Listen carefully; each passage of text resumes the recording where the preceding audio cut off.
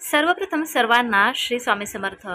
आज गुरुपौर्णिमा आहे आणि पौर्णिमेच्या सर्वांना खूप खूप शुभेच्छा। आपल्या जीवनात गुरूंचा पाठबळ असेल तर आपल्याला कधीही शत्रूचा त्रास होत नाही। बघा, गुरु जर मजबूत असेल तर खरंच शत्रूचा आपल्याला किंवा कुठल्याही संकटाचा कधीही त्रास होत नसतो। त्यामुळे आपल्या आयुष्यात गुरु करणं खूप महत्त्वाचं आहे। आज पौर्णिमा आहे, त्यामुळे पौर्णिमा तिथी इतकी महत्त्वाची असते की ज्या ज्या लोकांना कोणाला शत्रू बाधा असते किंवा कोणाला काही पीडा असते, या पीडा दूर करण्याचा जो दिवस आहे तो म्हणजे पौर्णिमा। किंवा ज्या कोणाला करणी बाधा किंवा ज्या पण काही गोष्टी आहेत ह्या वशीकरण हे जे करायचा दिवस आहे, हा जो दिवस आहे तो म्हणजे पौर्णिमेचा दिवस। महिना लोक थांबतात आणि ह्या दिवसाची वाट पाहतात।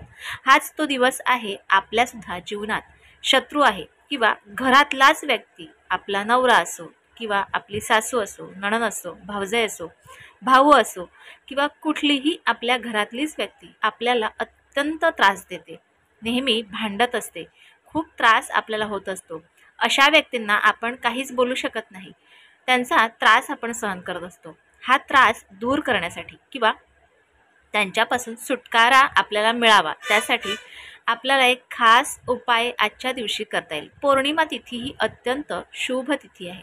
ह्या दिवशी वशीकरण तर केलं जातंच, परंतु ह्या दिवशी आपल्याला जर का कोणी करणीबाधा केली असेल तर त्या दूर करण्याचं काम सुद्धा हा दिवस आहे पौर्णिमेचा। त्यामुळे पौर्णिमेच्या दिवशी मी जो उपाय सांगते तो उपाय व्यवस्थितपणे करून घ्या, कारण जे आपले स्वामी आहेत त्या स्वामींचा दिवस सुद्धा म्हणजे गुरुपौर्णिमा आजच आहे आणि त्यामुळे हा उपाय आपल्या गुरूंच्या समोरच करायचा आहे। ह्या उपाय करण्यासाठी आपल्याला एक पिवळ्या रंगाचं कापड लागणार आहे, जे गुरुचा रंग आहे पिवळा, आणि तोच पिवळ्या रंगाचं कापड लागणार आहे। 2 हळकुंड लागणार आहेत, अख्खे हळकुंड लागणार आहेत, एक काळ्या रंगाचा धागा आणि एक लाल रंगाचा धागा लागणार आहेत, थोड्याशा अक्षता लागणार आहेत। एवढ्याच ह्या वस्तू आपल्याला घेऊन बसायचं आहे आपल्या देवघराच्या समोर।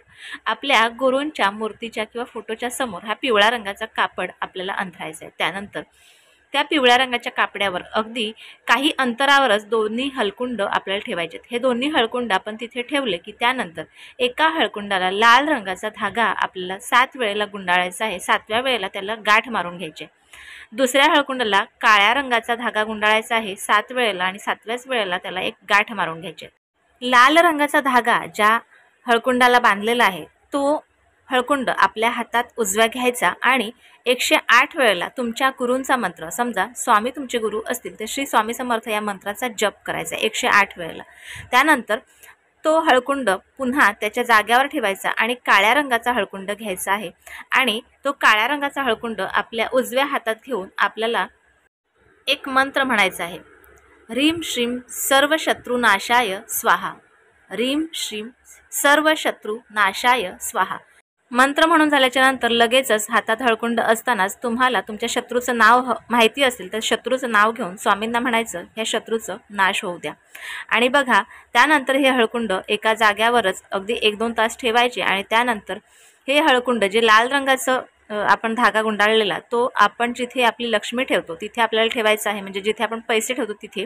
आणि काळ्या रंगाचा जो धागा गुंडाळलेला हळकुंड आहे तो आपल्या पर्समध्ये किंवा आपल्या जवळ राहायला पाहिजे। अगदी 1.25 महिन्यापर्यंत हे दोन्ही हळकुंड आपल्या जागेवर ठेवायचे। याने काय होईल तर आपल्या शत्रूचा नाश होईल आणि ज्या वेळेला तुम्हाला असं वाटलं की आता 1.25 महिना कंप्लीट झालेला आहे त्यावेळेला हे हळकुंड वाहत्या पाण्यात तुम्ही विसर्जन करू शकता किंवा एखाद्या झाडाखाली हे हळकुंड दाबून देऊ शकता। तर आजचा छोटासा उपाय ज्यांना कुणाला हवा असेल त्यांना व्हॉट्सअपला जाऊन नक्कीच शेअर करा।